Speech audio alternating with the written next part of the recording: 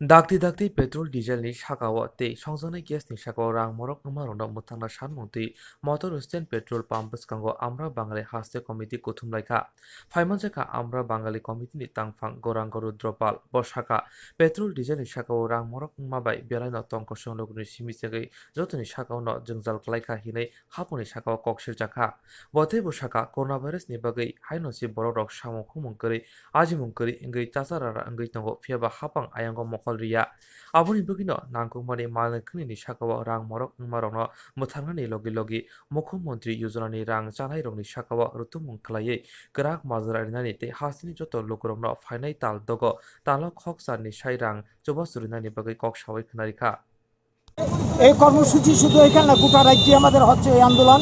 সেটা হচ্ছে আপনারা জানেন যে এই গত 1-2 মাস ধরে প্রতিনিয়ত পেট্রোল ডিজেল সমস্ত পেট্রোপণ্যের দাম বেড়ে চলেছে, যা নজিরবিহীন। এর আগে আর কোনো দিন এই দেশে হয়নি। সেই সঙ্গে নিত্য প্রয়োজনীয় জিনিস, আপনার চাল ডাল থেকে শুরু করে সমস্ত জিনিসের দাম বাড়ছে। অথচ এই কোভিড পরিস্থিতিতে মানুষের রুজি রোজগার নেই, মানুষ কর্মচ্যুতি ঘটছে।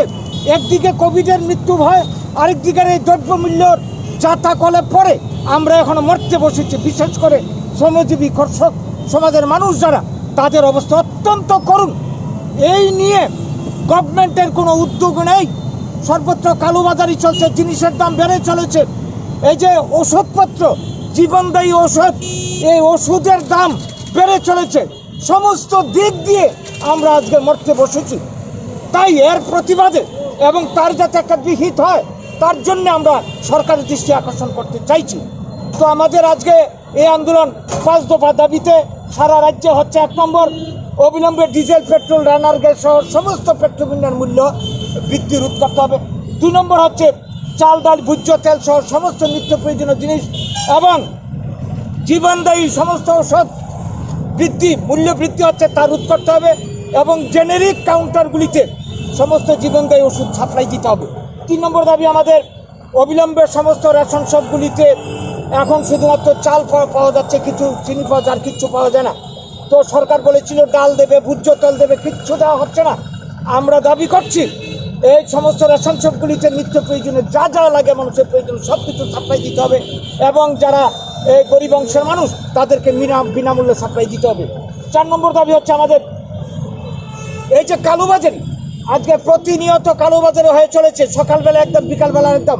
এই কালোবাজার মজুদদার যারা, তাদের বিরুদ্ধে আইনত ব্যবস্থা নিতে হবে। লোক দেখানো অভিযান করলে খালি হবে না, তাদের জন্য আরও জিনিসপত্রের দাম বাড়ছে। সেই সঙ্গে আপনারা লক্ষ্য করছেন আজকে আশ্চর্য ব্যাপার, মায়েদের পুষ্টির প্রকল্পে টাকা লুটপাট করে খাচ্ছে। কিছুদিন আগে মুখ্যমন্ত্রী ঘোষণা দিয়েছেন 7 লক্ষ পরিবারকে 1000 টাকা করে দেবেন। এখন টাকার পরিবর্তে ত্রাণ বিভিন্ন জিনিস দিচ্ছেন, এগুলির থেকেও আবার হাফিজ হয়ে যাচ্ছে। এইভাবে সর্বক্ষেত্রে দুর্নীতি, কালোবাজারি, এগুলিকে রোধ করে যারা এর সঙ্গে যুক্ত তাদের বিরুদ্ধে আইনগত ব্যবস্থা নিতে হবে।